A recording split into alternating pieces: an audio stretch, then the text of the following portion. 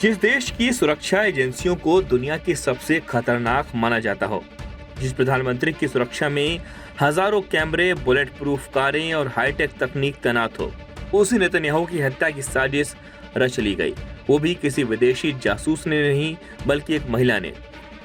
Israeli सुरक्षा एजेंसियां Shin Bet और पुलिस ने एक ऐसा खुलासा किया है जिसने तेल अवीव से लेकर वॉशिंगटन तक की सनसनी फैला दी है। सेंट्रल इजराइल की एक जानी मानी सरकार विरोधी एक्टिविस्ट को 2 हफ्ते पहले गिरफ्तार किया गया था और अब सामने आया है कि उसने खुद बेंजामिन नेतन्याहू की हत्या का प्लान तैयार किया था। इस महिला ने हथियार हासिल करने की कोशिश की, प्रदर्शनकारियों से नेतन्याहू की सिक्योरिटी डिटेल मांगी। वो ये जानना चाहती थी कि किस वक्त नेतन्याहू कहाँ होते हैं, किस रास्ते से आते जाते हैं, यानी प्लान बहुत गंभीर था। तेल अवीव की इस महिला को गिरफ्तार किया गया, लेकिन उसे कुछ दिनों बाद छोड़ दिया गया। शर्त ये थी कि वो प्रधानमंत्री और सरकारी दफ्तरों के पास नहीं जाएगी, लेकिन मामला यहीं खत्म नहीं हुआ। अब उसके खिलाफ आतंकवाद और क्रिमिनल एक्टिविटी के चार्ज लगाए गए हैं।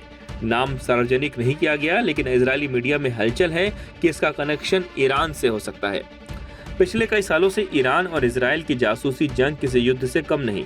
ईरान के कई परमाणु वैज्ञानिकों की हत्या का आरोप इजरायल पर है। बदले में ईरान खुले मंच से नेतन्याहू की मौत की मांग करता रहा। ऐसे में इस महिला को ईरान से जोड़कर देखा जाना बहुत बड़ा संकेत हो सकता है। अभी तक ईरान में इजरायल अपने जासूसों के जरिए नेताओं की हत्या करता रहा है और कई खबरों में यह भी पता चला है कि ईरान के विपक्षी नेता, एक्टिविस्ट और आदि इजरायल के संपर्क में रहते हैं। ईरान से भी नेतन्याहू की हत्या के आह्वान की आवाजें उठी हैं। ऐसे में इस महिला को लोग ईरान से जोड़कर भी देख रहे हैं कि ईरान भी अपना खुफिया जाल इजरायल में बना रहा है।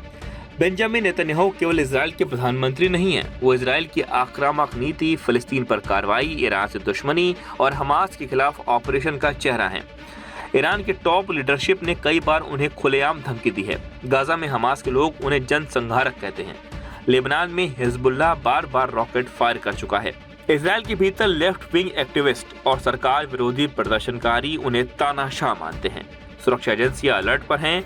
अब तक नेतन्याहू पर कोई सफल हमला नहीं हो सका, लेकिन जब दुश्मन महिला के रूप में सामने आती है तो अंदाजा लगाना मुश्किल हो जाता है कि अगला हमला कहां से आएगा।